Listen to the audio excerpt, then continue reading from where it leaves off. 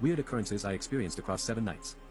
I come from a poor background, but I made up for it by being hardworking by nature, so I would work multiple part-time jobs that were quite a distance from where I was staying. Couple of days later, I was looking through the newspaper and noticed that there was an old apartment up for rent at a really cheap price. It also happens that it was conveniently near the places I work at. In my head I knew this was too good to be true, but beggars can't be choosers, and it is just what I needed. Therefore I hurried to the location and rented the place before anyone could. The landlord told me very clearly that no matter what, I must never open this particular storeroom door even if I were to hear loud weird noises from it. For an entire week, I was terrified of weird noises or weird things that happen every single night. Below is the description of the 6 nights of the weird things that keep happening. Night 1. I heard screeching coming from behind the storeroom door.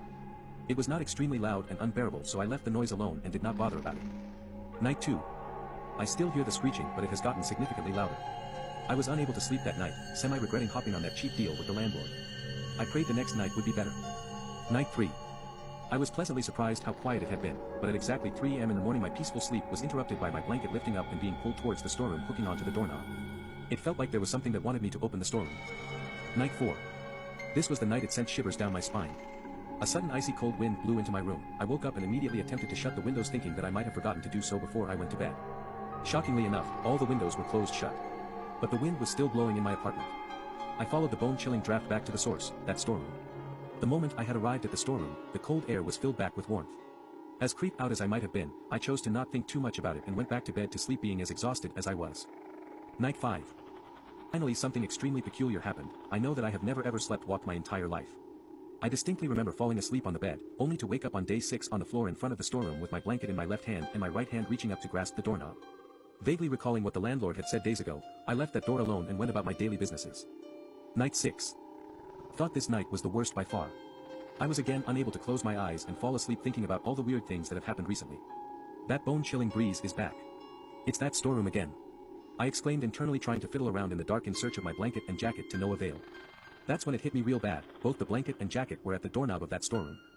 I rushed to the door and quickly grabbed everything off the doorknob, dashed straight to my bed, shut my eyes closed and hid my head and body underneath my blanket as if it could protect me. I prayed and constantly chanted random sutras. At this point, any god answering my pleas would be a blessing. 7. Last night was the last straw, so I went ahead to buy a Bible and pick up talismans from the temples thinking it would help me. It didn't. Exactly 3 a.m., an ear-piercing screech jolted me awake.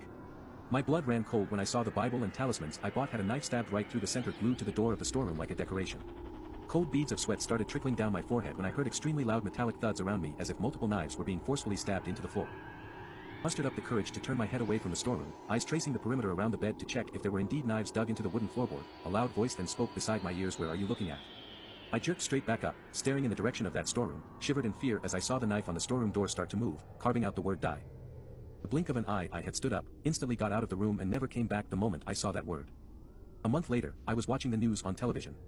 They were going on about how the police had found a dead body in a fridge, hidden away in the storeroom. The body had been stabbed multiple times and the face disfigured beyond recognition. The police arrested the man they deemed responsible for the crime and showed the man's face. It was the landlord. I thought I finally solved the jigsaw puzzle, thinking that the victim simply wanted to be found, but I was proven dead wrong. Within a few days the policeman that found the dead body went missing. Perhaps they were dragged into that storeroom just like the original victim was.